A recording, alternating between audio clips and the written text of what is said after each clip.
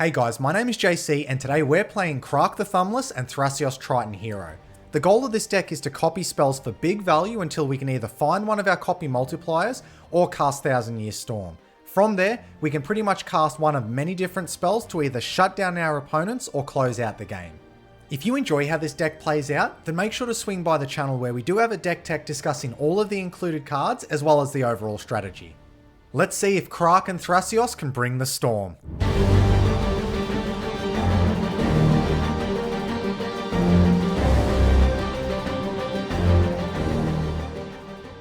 Okay, let's see who we're playing today. We have Muldrotha the Gravetide, we have Yoshimaru partner paired with Falthis, Shadowcat Familiar, and we also have Koma Serpent. Now if we look at this opening hand, we have a lot of ramp, but one land means we just can't keep it unfortunately. Too bad though, because we did have some good cards in our hand, so let's mulligan, let's hope for something better. Okay, this is looking a little better now. We do have interaction, we do have a win con in our hand. Mythos of Aluna is always a ton of fun. Spark Double's definitely going to help us copy more spells, so while I'd like to see some ramp in here, I think we can keep it, just because Crack Open can act as pseudo-ramp. So we'll keep it and we'll see how we go. Muldrotha starts us off by playing a land for turn, and they leave it there. Yoshimaru plays a tap land for turn, and that is it for them. Koma plays a land, and they also leave the turn there. We draw Cyclonic Rift, always good to have in hand. So our turn one is pretty simple. Let's just play our Scalding Tarn. We'll immediately crack it. We'll go find our Triome. And that'll be us done for turn. Muldrotha plays a land. And now they cast themselves a Fiend Artisan. Fiend Artisan gets +1/+1 for each creature card in your graveyard. You can pay X and 1 mana to tap, sack another creature, search your library for a creature card with mana value X or less, put it onto the battlefield, then shuffle. Activate only as a sorcery. And that's it for the Muldrotha player. Yoshimaru plays a tapped land, and now they cast their commander, Yoshimaru Ever Faithful. Whenever another legendary permanent enters the battlefield under your control, put a 1/1 counter on Yoshimaru. Now they cast a Mox Amber, which will trigger their commander, and then they also cast an Expedition map. You can pay 2 and sack the map to search your library for a land card, reveal it, put it into your hand, and then shuffle. And that's it for them. Koma plays a land for turn, and now they cast a Nascent Metamorph. Whenever Nascent Metamorph attacks or blocks, target opponent reveals cards from the top of their library until they reveal a creature card. Nascent Metamorph becomes a copy of that card until end of turn, then that player puts all cards revealed this way on the bottom of their library in a random order. And that's it for them. We draw Barlagad Recovery for turn. So let's play our Mountain, and then I'm going to cast our Commander Krark. And that's going to be us done. Muldrotha plays a land. And now they cast a Plague Crafter. When it ETBs, each player sacks a creature or planeswalker, each player who can't discards a card. Well, that's unfortunate for us. We didn't want to see that come down. So we are going to lose our commander here. And that's it for them. Yoshimaru starts by cracking their Expedition map. Let's have a look at what land they go and search up for. They find themselves an Urborg, Tomb of Yawgmoth. They immediately play it. And that is it for them. Koma plays a land for turn. And now we see them cast a Cultivate. And they end the turn there. We draw a Bribery for turn. Well, I don't plan on casting the Crack Open onto the Mox Amber. I don't think there's any point at the moment. So I think we might actually be best as using Barlagad Recovery for the land and hopefully get our commander down next turn. And let's just hope that the Muldrotha player doesn't have another sack effect. I mean, they certainly haven't ramped hard, so it may still be another couple of turns before we see Muldrotha come down. So we'll just do that and then we'll leave the turn there. I shouldn't have spoke so soon. Muldrotha does play a Mana Crypt for turn. And now they also cast an Altar of Dementia. Sack a creature, target player mills cards equal to the sacrificed creature's power. They play a land for turn, but they have it come into play tapped. And that is it for their turn. Yoshimaru starts by recasting their commander, Yoshimaru Ever Faithful. And that is it for them. Koma plays a land for turn. And they start by casting Return to Nature, targeting the Mana Crypt to destroy it. That goes through. So that does buy us a little more time before we see that dreaded Plague Crafter come back again. But it looks like that's it for the Koma player. We draw a land for turn. So now that that Mana Crypt's gone, that does change my thought process a little bit. Before, I wasn't going to try to recast Krark, knowing that Muldrotha could just get the Plague Crafter out straight away. But if we have another turn or two, we may be able to resolve this Bribery and steal some pretty juicy creatures out of our opponent's decks. So I think we've got to risk it. We'll play our Steam Vents, we'll have it come into play, we'll pay the 2 life, And let's get back down our Krark again. And we'll just leave the turn there. Muldrotha plays a land for turn. And then they just decide to leave the turn there. Yoshimaru starts their turn by casting Falthis, Shadowcat Familiar. It says commanders you control have Menace and Death Touch. That triggers their commander. Now they play a legendary land for turn, which also triggers their commander. So Yoshimaru is now a 3/3. They move to combat. Let's see who they attack here. Hopefully it'll be the Muldrotha player. And they do. The damage goes through. And that is it for their turn. Koma starts by casting a Wonder. As long as Wonder is in your graveyard and you control an island, creatures you control have flying. They'll definitely want that dead as soon as possible. And that is it for their turn. We draw a land for turn. Okay, so we have a few choices. We can try to go for the bribery here and have a 50-50 chance of it resolving. If it does, we're in a really good position. If it doesn't, we're not good at all. We could also try to cast our Mythos of Aluna, but I don't think there's really good targets down at the moment. And I'd really love to see Muldrotha and Koma come down, or at least get one of them so we could copy them, because both of them give quite powerful effects that I think can help our deck in various ways. So I think we do want to hold on to that. I think our best bet at the moment is to get down Spark Double, copy Krark, and then next turn we should have a few options available to us. At the very least, we should be able to try to resolve at least one copy of Bribery if we cast it, even Temporal Fissure if it really comes to that case. So let's do that. We'll play our Forest for turn, and then we'll cast our Spark Double. Now I do know that the Muldrotha player has mana up, but anything we are going to cast is probably going to attract the attention of a counterspell, so we have to try it out. Well, it looks like Muldrotha passes priority, so I think we're going to resolve this. And we do, so we'll get it to become a copy of Krark. Except it will get the +1/+1 counter, so it is a 3/3 Krark. And then we just got to pass the turn there and hope we get back to our turn with 2 Krarks, because if we do, we should be in a pretty good place. Muldrotha plays a land for turn, and it is a strip mine, so they do have the ability to destroy any land they want to. Do we see their commander come down? And we do. Muldrotha is on the battlefield. During each of your turns, you may play a land and cast a permanent spell of each permanent type from your graveyard. Now they start by casting the Mana Crypt from their graveyard, and they leave it there for turn. Yoshimaru plays a land for turn, and it is a Vesuva, so let's see what they copy. They get themselves an Underground Sea. Now they cast themselves a Kaya the Inexorable. That triggers Yoshimaru, it gets another counter. Now they activate Kaya's ability, and they're exiling the Muldrotha, which again helps buy us a little bit of time from the wrath of that Plaguecrafter. So our opponents are certainly helping us hold the Muldrotha player back. They sack it in response, and they mill themselves 6 cards. Let's see what else they get in their graveyard. A Deranged Hermit, we have a Bane of Progress. Muldrifter is good, and Kakusho is probably a finisher in their deck. Now they move to combat, but they decide just to pass straight through, and that is the end of their turn. Also important to note, the Fiend Artisan is currently a 6/6, so it is growing with every creature that hits that graveyard. The Koma player just moves straight to combat, but they pass through it. They can't kill their Wonder because it is a flyer and none of us can block flyers. And they're just going to leave the turn there with 5 mana held up. We draw another land for turn. So I think this is the turn to try our Bribery. If the Koma player does have counter magic, so be it. But at the very least with 2 Krarks, if we get some good flips, we may be able to resolve most of them. We just have to really see. Our life is in the hands of Krark, so let's give it a go. We'll target 1 on the Muldrotha player and then 1 on the Koma player if we get to copy it. That triggers both our Krarks. We'll always choose heads as the successful flip, so let's see if it comes up for us. We do win the first flip, that's really good.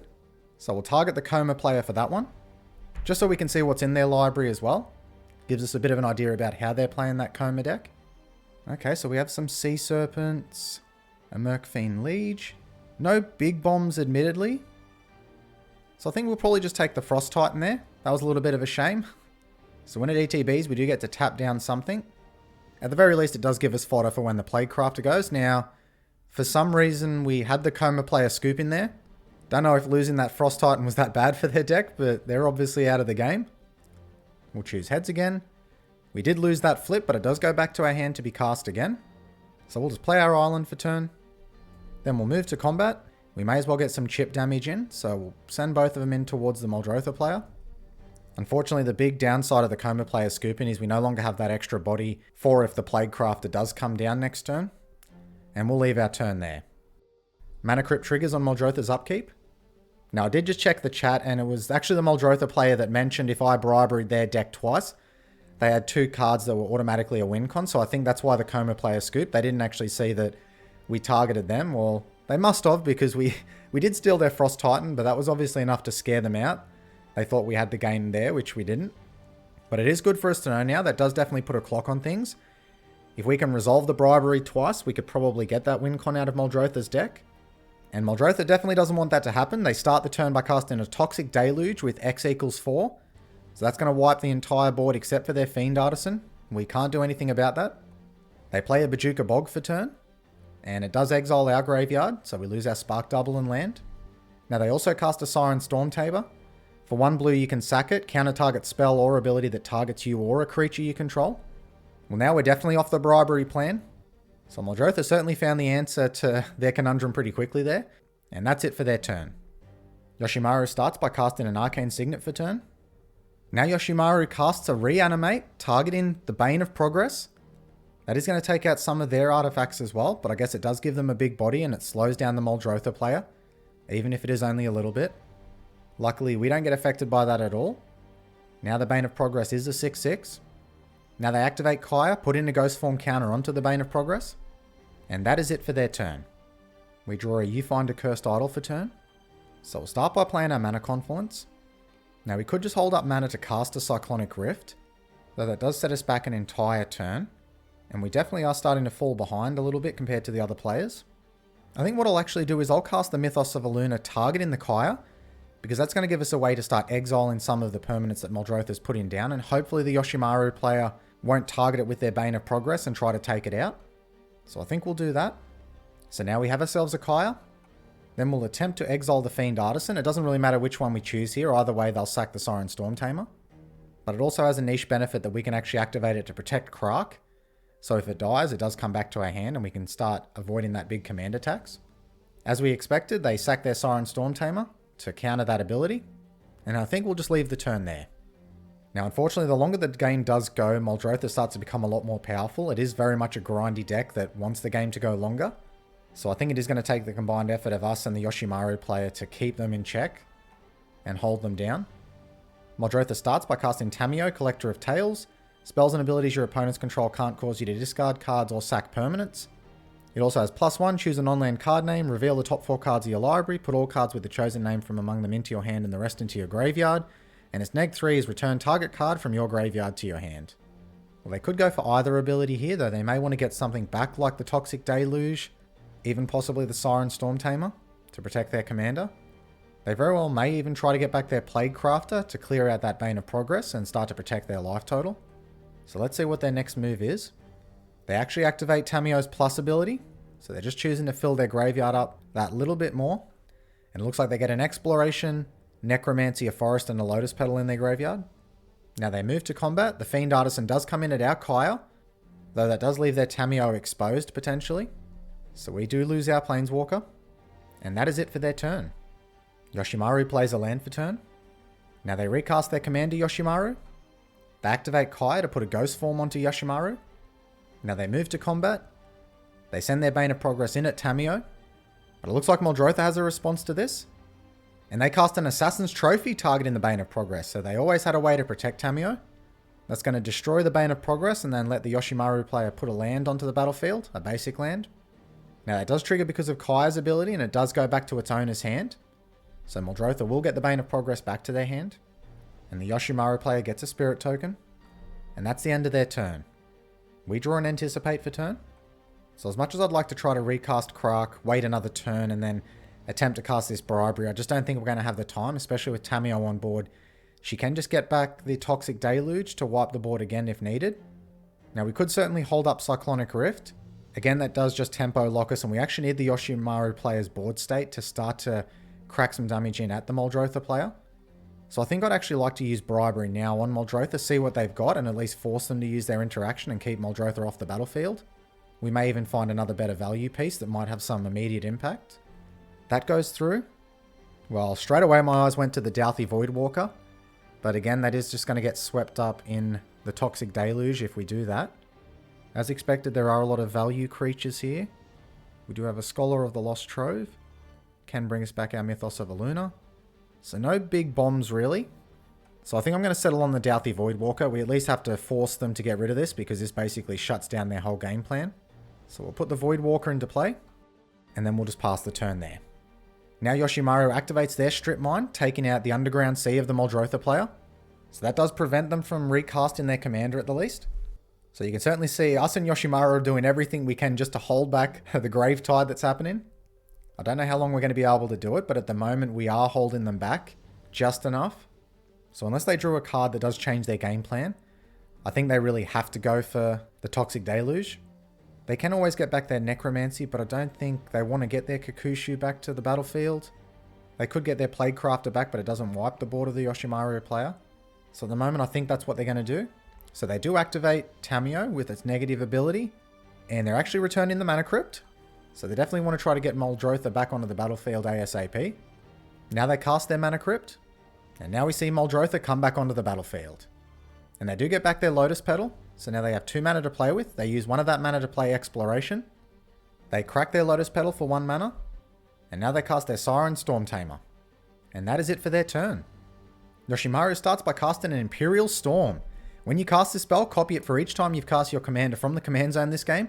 Create a 4/4 White Angel creature token with flying. And that does give them 4 copies, because Yoshimaru has been cast quite a lot, so that's quite a splashy spell that they've just cast. That's definitely going to force the Muldrotha player to have to get that Toxic Deluge back, otherwise they're going to take a lot of damage.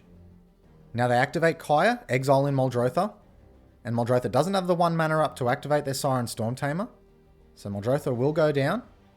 Now it hits our end step, we're going to actually cast our Anticipate to hopefully dig into some good cards. I'd really love to see a 1000-Year Storm at the moment. A Farseek, a Manamorphose, and a land. I think Manamorphose has to be the keep. And then we're going to go to our turn.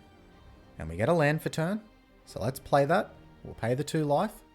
Then we're going to try to recast our commander again. Then I'm going to cast You Find a Cursed Idol, using the created treasure token and venture into the dungeon mechanic. And let's just hope that Krark is good to us. So we'll choose heads. And we win the flip. So we'll go through the Lost Mine of Phandelver. That lets us scry 1.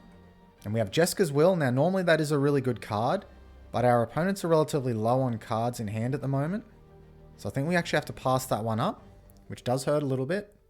We'll create another treasure token. Now we could go risky here. If we cast Manamorphose, get the successful flip, then we can cast Temporal Fissure and actually bounce a few of the Muldrotha player's permanents, and that might give the Yoshimaru player the time they need to actually swing in and hit them. It's risky. It's a 50-50 chance, but that's why we came to play Krark, so let's give it a go. Alright, Krark, come on, be good to us. And we do, we win the flip. That is awesome. That is great. So we'll make blue mana here. We draw a land off our first one. A blue and a green for the second. A Sakashima of 1,000 Faces. That's actually really good to see. Well, let's do it. Let's cast this Temporal Fissure. We'll go tails on this one because we actually want it to bounce back to our hand. But we still lost the flip because it came up heads. That's really great. So it goes back to our hand. We get 3 storm triggers. So the first one can bounce Tamiyo. The second can bounce a land. The third can bounce a land. So they all go through. So once again, we slow down the Muldrotha player. And that is going to be us done for the turn. Mana Crypt triggers on Muldrotha's upkeep. They lose the flip and take 3 damage. They play their 2 lands for turn. They recast Tamiyo. Now, as we expected they eventually would, they are returning their Toxic Deluge to their hand with Tamiyo. And now they cast their Toxic Deluge with X equaling 4. We unfortunately don't have any responses to that, so that will go through. And Krark's starting to become an expensive boy. Yoshimaru bounces back to hand and makes a Spirit token. And now Muldrotha casts a Soul Guide Lantern. When it ETBs exile target card from a graveyard, they can sack it to exile each opponent's graveyard, and for 1 tap and sack it, they can draw a card. They decide to exile our Bribery. And that is it for them. Yoshimaru plays a land. Now they recast their commander Yoshimaru. And then they put a Ghost Form counter onto Yoshimaru. Then they also recast their second commander, Falthis. That will trigger Yoshimaru. It gets a counter. And now they activate their Forge of Heroes. Choose target commander that entered the battlefield this turn. Put a 1/1 counter on it if it's a creature and a loyalty counter on it if it's a planeswalker. And they decide to put that 1/1 counter onto the Falthis. Now Yoshimaru goes to combat, sends a Spirit token directly at Muldrotha's face. And that is it for their turn. We draw a land for turn. So we'll start by playing our Reflecting Pool.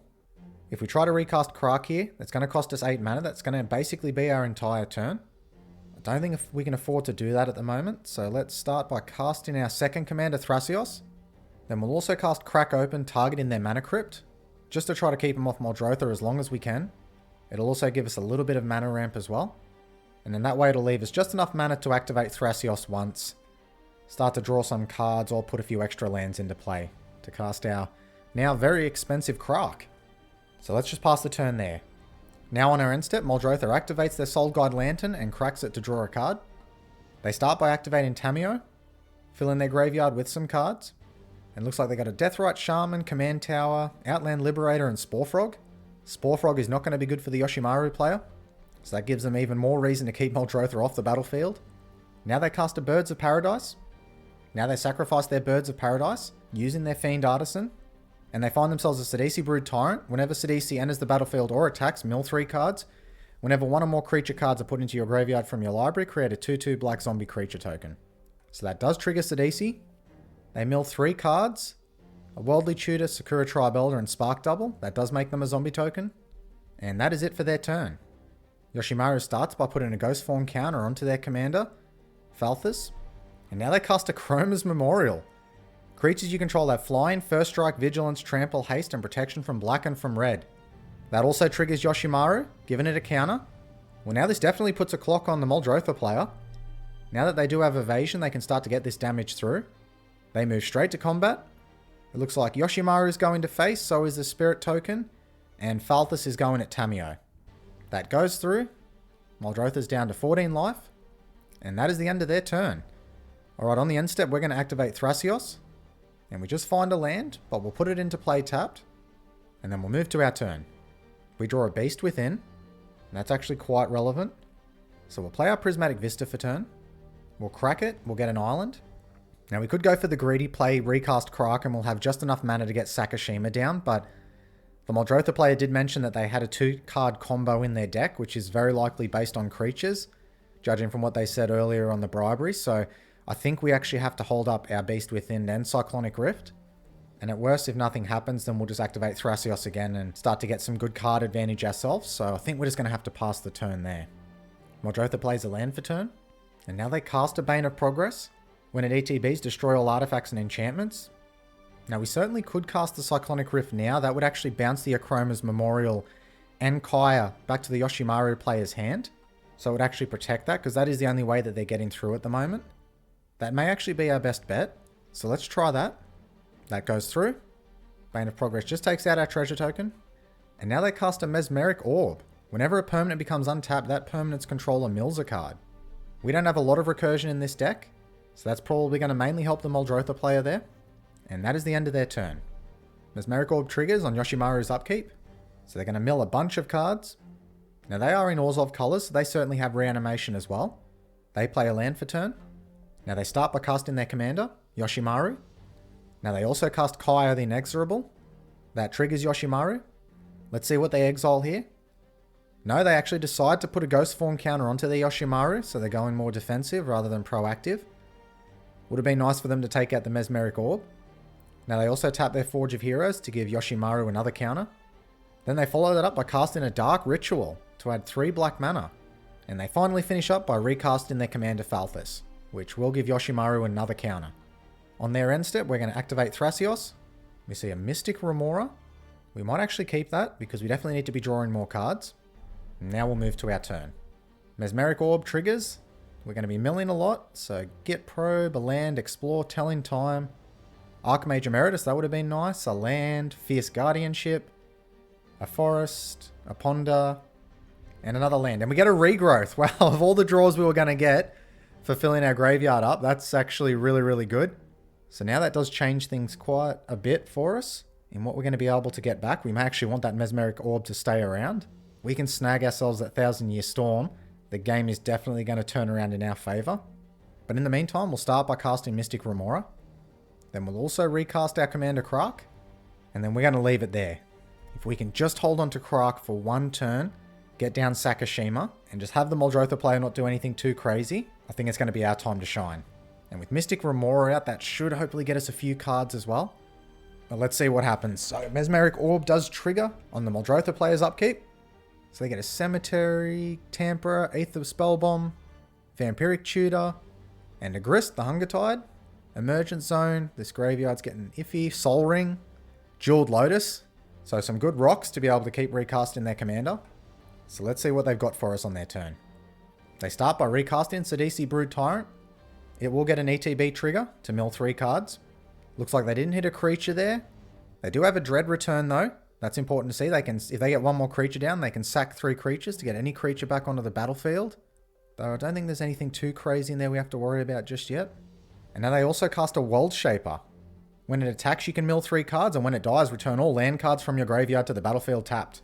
Well, very lucky they don't have a sack outlet out at the moment. But if that's all they're going to do for turn, we are going to move to the Yoshimaru player's turn. They do have a Kaya that can exile something, and they can potentially swing in for a good amount of damage with Yoshimaru. But that's it for the Muldrotha player's turn. Mesmeric Orb triggers on Yoshimaru's upkeep. Heliod's Intervention, Land Tax, Ancient Tomb, Orzhov's Signet, the Ozolith, Authority of the Consoles, and an Eater of Virtue. Oh, but surprisingly, they actually activate Kaya, put in a Ghost Form counter on their second commander, Falthis. It might have been nice for them to have exiled something the Muldrotha player had, but they may have something else in mind. Now they play a land for turn, and it is legendary. That triggers their Yoshimaru. So now Yoshimaru is currently a 5/5. Now they recast their Akroma's Memorial. That does trigger Mystic Remora, so we'll get to draw a card from that. We just draw a land. That triggers Yoshimaru once again. It's now a 6/6. They move to combat. Both their commanders go in at the Muldrotha player. That takes them down to 6 life. And that is the end of the Yoshimaru player's turn. Well, it looks like we got to our turn with Krark, so let's see what we mill using the Mesmeric Orb. Beside you, some lands. 1,000 Year Storm. That's exactly what I wanted to see. Croaking Counterpart, Rampant Growth, Breeding Pool, Nature's Law. So I think I'm actually going to let the Mystic Remora go here. I think we need every ounce of mana that we can get. We draw a land for turn. So we'll play our Snow-Covered Island for turn. Then we're going to cast Sakashima. We'll have Sakashima enter as a copy of Krark. Now we're going to attempt to Regrowth, targeting our Manamorphose, and we'll also go for 1,000 Year Storm. That triggers both our Krarks. We'll choose heads. We lose the flip, so Regrowth goes back to our hand. Our second trigger will go heads again. We win the flip, so we will keep it on Manamorphose. And that comes back to our hand. Now let's cast Manamorphose. That'll trigger both our Krarks. And while we're doing all of this, we're accumulating a storm count, so if we can cast Temporal Fissure, I think we can really shut down the Muldrotha player, so we'll choose heads. We win the flip. We'll add a blue and a red. Our second trigger, we'll go heads again. We lose the flip, that goes back to hand. And we drew a land off that, the Yavimaya Cradle of Growth. Let's try that again. We'll choose heads for our first flip. We win that one. We'll go a red and a blue. We draw a Growth Spiral. That's actually really nice to see. Second one, we go heads. We lose the flip, that goes back to hand. Now we'll cast the Growth Spiral. That's going to let us put a few of our lands into play. That triggers Krark twice. We'll go heads on the first one. We win the flip there. So we'll draw a card and put our Bloodstained Mire into play. And we draw another land. Our second Krark trigger goes. We'll choose heads. We win the flip again, so that's 2 Growth Spirals that go through. So finally we're getting on the value train here. Harmonic Prodigy. We'll put Yavimaya into play. Then our second Growth Spiral goes off. We draw a Twinning Staff. We'll put our Snow-Covered Forest into play. So I think now is the time to try to get back our 1,000 Year Storm. So let's cast our Regrowth. That triggers Krark twice. We'll choose heads. We win. So we'll keep the target the same. Our second Krark trigger goes off. We'll choose heads. We win the flip again. So this time, because we definitely want to keep generating mana, we'll actually get you find a Cursed Idol. And Regrowth goes to our graveyard. Now we're going to cast Harmonic Prodigy. That's going to give us another Krark, essentially, because it's going to copy both of our Krark's effects. And now let's cast Manamorphose. That puts a lot of triggers onto the stack. We have 4 Krark triggers going down. Oh, but Magic Online is starting to spaz out a little bit here. We'll choose heads on our first one. We lose the flip, so that goes back to hand. That's actually a good thing. It means we can recast it again, so we just need to win one now. We'll choose heads. We win. We'll add a green and a blue. We'll choose heads again. We lose the flip. And our last one, we choose heads. We win the flip. We'll make a red and a blue. We also drew Deflect in SWAT, which is really nice to see. Let's recast Manamorphose. Heads on our first flip. We lose. It goes back to hand. Good. Heads on our second flip. We lose. We don't want to lose too much Krark. Heads on our third. We win. We'll go blue and red. Heads on our last one, and we win that again. Blue and green. Now we'll cast our Twinning Staff. So if we make a copy of a spell, we make an extra copy every time we do. Then we'll do our Manamorphose trick once again. We'll choose heads for our first. We lose. Goes back to hand. Heads again. We lose. We'll choose heads again. We win. So that puts an extra copy on the stack. A red and a blue here. This should give us enough mana soon to get our 1,000-Year Storm down. We draw a Lightning Bolt. Well, there's a finisher with 1,000-Year Storm. We'll go red and blue. And our last one, we'll choose heads. We lose the flip. Let's do it again. Heads on the first. We win. That puts an extra copy on the stack. Let's go red and blue. Well, we're definitely storming off and we haven't even got 1,000-Year Storm out yet. But this is what happens when you get multiple Krarks. It starts to get pretty crazy. We'll go blue and red. We'll go heads again. We lose, so it goes back to hand. We'll choose heads. We win. We'll go green and red. And this should be enough to get the game for us now. We'll go heads for the last trigger. We lose the flip. So now after all that, let's cast our 1,000-Year Storm. That enters the battlefield. And now let's cast a Lightning Bolt. We'll target the Muldrotha player. Tails, it goes back to hand. That's great. That's exactly what you want to see with a 1,000-Year Storm out. We'll go heads again. We win the flip. We'll keep the same target there. So that's the Muldrotha player down. So tails, we lose the flip on that trigger. We'll choose heads again. We win the flip. That's 2 Lightning Bolts towards the Yoshimaru player. Now we're going to get 9 copies because of 1,000-Year Storm. And that is the game done. Well, what a game that was. That was absolutely grindy. But look, I'm going to save it for the wrap-up. So let's go there and discuss it now. Well, that was one of the grindiest games I have played in quite a long time, but the finish was definitely worth the wait. But before we do discuss how our deck went, we really have to give credit where credit is due. Despite being hit by removal from us and the Yoshimaru player turn after turn, the Muldrotha player just kept getting back up. I think this game was a really good demonstration of just how resilient a Muldrotha deck can be, because if the game goes long, that is really her territory, and that's a place you don't want to be. So if you were looking for a reason to play Muldrotha, I think you just saw it. Funnily enough, one of the many decks I'm working on at the moment is a Muldrotha list, so if you'd like to see me speed that down the pipeline, make sure to let me know. But now let's discuss how our deck went. Like the Yoshimaru player, we actually spent most of the game trying to hold the Muldrotha player back while trying to advance our game plan in any which way that we could. I actually think that if had one piece of interaction not gone through on any of those turns, the Muldrotha player may have actually run away with it. Luckily, our combined resources were enough to hold the Muldrotha player at bay long enough for us to be able to untap with a full hand, as well as the ability to put multiple Krarks in play. Once we were able to do that, start casting spells to generate mana and draw cards, and then eventually get that 1,000-Year Storm back to hand, that was enough for us to close out the game. Well, that's it for today's video. I hope you enjoyed this hard-fought victory that actually culminated in the best win you could possibly hope for this deck, which is a 1,000-Year Storm one. Make sure to also check by in the channel because we are going to have more games coming from these two commanders coming out soon. But until then, take care guys.